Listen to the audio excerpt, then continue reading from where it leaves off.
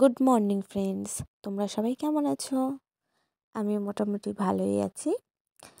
দেখে বুঝতেই পেরেছো যে আমি এসেছি দিদি বাড়িতে। হ্যাঁ, আমি কিন্তু সকালবেলাই আসলাম, একটু আগেই আমি আসলাম দিদি বাড়ি। তো দিদি বাড়ি এসেই আমি কিন্তু স্নান করে নিয়েছি। আর এত সকালবেলা দিদি বাড়ি আসার কারণটা কি?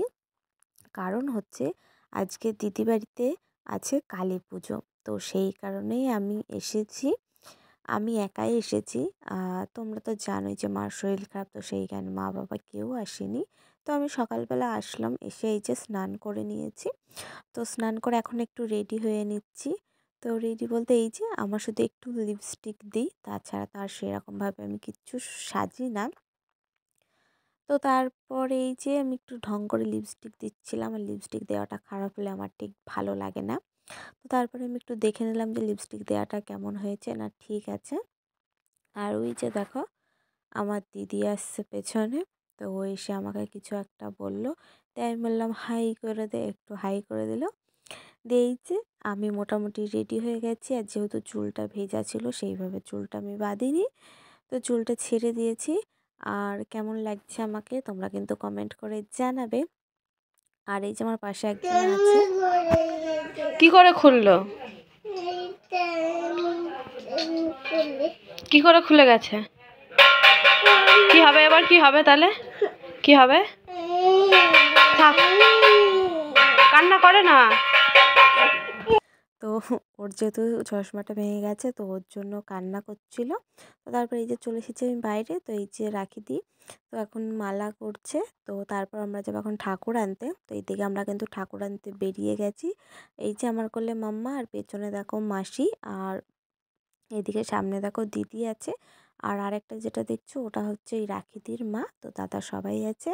আর এই যে পাশের বাড়িতেই ঠাকুর আনতে এসেছিলাম আমরা। আর ঠাকুরটা কিন্তু ঘরের মধ্যেই ওরা রেখেছিল। আর আমার দিদি দেখো বরণ করছে, মানে ফার্স্ট টাইম বরণ করছে আজ। আর পুজোটা কিসের জন্য সেটা তো তোমাদের বলাই হয়নি।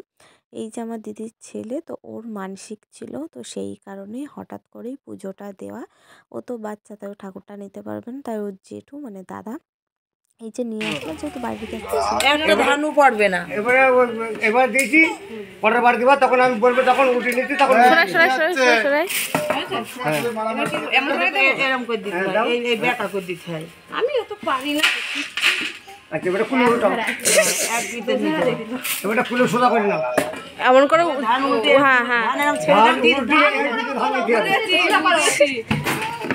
হ্যাঁ, এই তো হবে হবে। আর বাড়ির কাছে ছিল বলেই তো হেঁটে হেঁটেই নিয়ে চলে আসলো। আর দিদি ওটা কি করছিল জানি না, তো ওটা হয়তো ওদের কোনো নিয়ম আছে। তো তারপরে দেখো এদিকে আমি ফল কাটতে বসে গেছি, আর আমি ফল কাটছি ঠিক আছে। আর এইদিকে কিন্তু দেখো আমি কথা বলেই যাচ্ছি, সবাই ডাকছে, এটা ওটা জিজ্ঞাসা করছে, আর আমি কিন্তু সেইগুলোই বলছি। আর ওই যে রাখি দিই।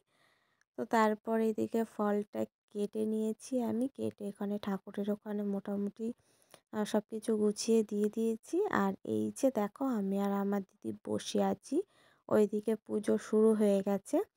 আর তোমরা সবসময় দেখবে যে আমি আর আমার দিদি থাকলে কিন্তু হাসতেই থাকে। আর ওইদিকে ঠাকুরমশাই মানে সব কিছু জোগাড় করে নিচ্ছে, ওনার যেইটুকুনি গোছানোর। আর তোমাদের তো বললামই যে পুজোটা ছিল দিদির ছেলের মানসিকের জন্য। আর মানসিকটা করেছিল এই যে দিদির শাশুড়ি মাসি, তো সেই কারণে দেখো ওরা দুজনে এখন তো কিছু একটা পুজোরই কোনো একটা নিয়ম পালন করছে।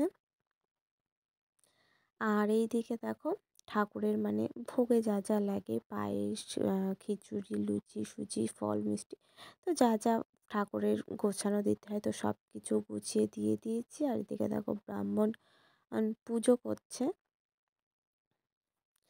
আর আমি দেখো এখানে বসে বসে লেদ খাচ্ছি। তো ভেবেছিলাম অঞ্জলি দেবো, তো আমি আর অঞ্জলি দিইনি, আমি কিন্তু উপোস করেই ছিলাম।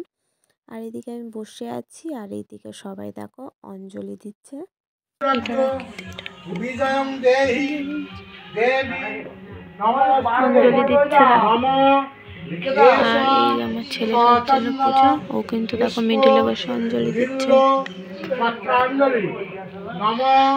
এদিকে অঞ্জলি হচ্ছে, আর এদিকে আমার মামার অবস্থাটা দেখো। সহিতা শ্রীমান রক্ষা কালিকাই নমঃ।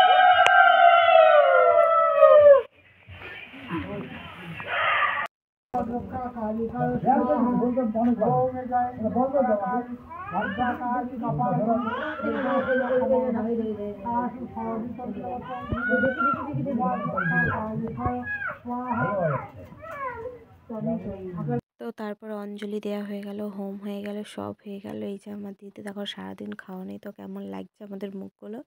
তো এখানে দাঁড়িয়ে একটু ফটো তুলছিলাম, মানে সেলফি তুলছিলাম আমি আর আমার দিদি। আর এই যে এটা হচ্ছে রাখি দিদি, যা তোমরাও সবাই চেনো। তো একটু সেলফি তুলছিলাম আর কিছু একটা বলছিলাম, যে এইখানে আমি এত হাসছিলাম। আর এই দিকে দেখো পুজো মানে শেষ হয়ে গেছে, তো এবার এইগুলো সব কিছু গোছাচ্ছে। তো তারপরেই ঠাকুরটা বিসর্জন দিয়ে দেবে। আর এই দিকে ঠাকুর বিসর্জন দেওয়ার আগে যে বরণ করতে হয়, তো ওই বরণটাই দিদি আবার করছে। ওখানে দিদি আছে, মাসি আছে, তো ওখানে বরণটা করছে। তো বরণ করে এবার দেখো ঠাকুর নিয়ে যাবে। আর ওদের বাড়ির সামনে একটা পুকুর আছে, তো ওই পুকুরটাতেই ঠাকুরটা দিয়ে দেবে। আর এই যে ঠাকুরটা কিন্তু রিকশায় তুলে নিয়েছে, আর আমার কোলে ছিল মাম্মা, আমার হাতে ছিল মানে এক হাতে আমি ভিডিও করছি, আর এক হাত দিকে ছিল আমার জামাইবাবু ভিডিও কলে, যেহেতু জামাইবাবু বাড়িতে নেই। তো ভেবেছিল যে জামাইবাবু আসলেই পুজোটা দেবে, বাট না, কোনো কারণবশত একটু তাড়াতাড়ি পুজোটা দিয়ে দিল। আর এই দিকে দেখো ঠাকুরটা মানে বিসর্জন দেওয়ার আগে মানে ঘোরাতে হয় 7 পাক। তো 7 পাক ঘুরিয়ে এবার জলে দিয়ে দেবে। আর ভাসানটা কিন্তু আমার দিদিই দিয়েছে। আর তার এইদিকে ঠাকুরটা দেখো দিয়ে দিল জলে। আর তারপর অবস্থা দেখো আমার বেটার, আর ও কাদা নিয়ে দেখো ছুটছে ওর জেম্মার গায়ে, ওর জেম্মা দেখো জল ছিটিয়ে দিচ্ছে। তো তারপর স্নান করে সবাই বাড়ি চলে আসলো। আর এই যে প্রসাদ, আমি যেইটুকুনি খাবো সেইটুকুনি নিয়েছি, কিন্তু তার থেকে আমি খাইনি কিছুই, রেখে দিয়েছি। আর চলো ওদের মেনুতে কী কী ছিল দেখিয়ে দিই। এখানে ছিল পায়েস, সেখানে ছিল পাঁচমিশালি একটা সবজি, আর ছিল এইদিকে মিষ্টি, আর তোমার ছিল খিচুড়ি। তো আর সেই রকম কিছুই করেনি, যেহেতু পুজোটা হট করে দেয়া হলো। তো তারপর এইদিকে দেখো সব কিছুই দেখিয়ে দিলাম। আর এইদিকে দেখো সবাই মানে কয়েকজনাকে নিমন্ত্রণ করা হয়েছিল, তো তারাই খেতে এসেছে। তো আরও ছিল অনেকে। তো চলো ওরা খাওয়া দাওয়া করে নিক, আমিও একটু পরে খাওয়া দাওয়া করব, অনেকটা রাত হয়ে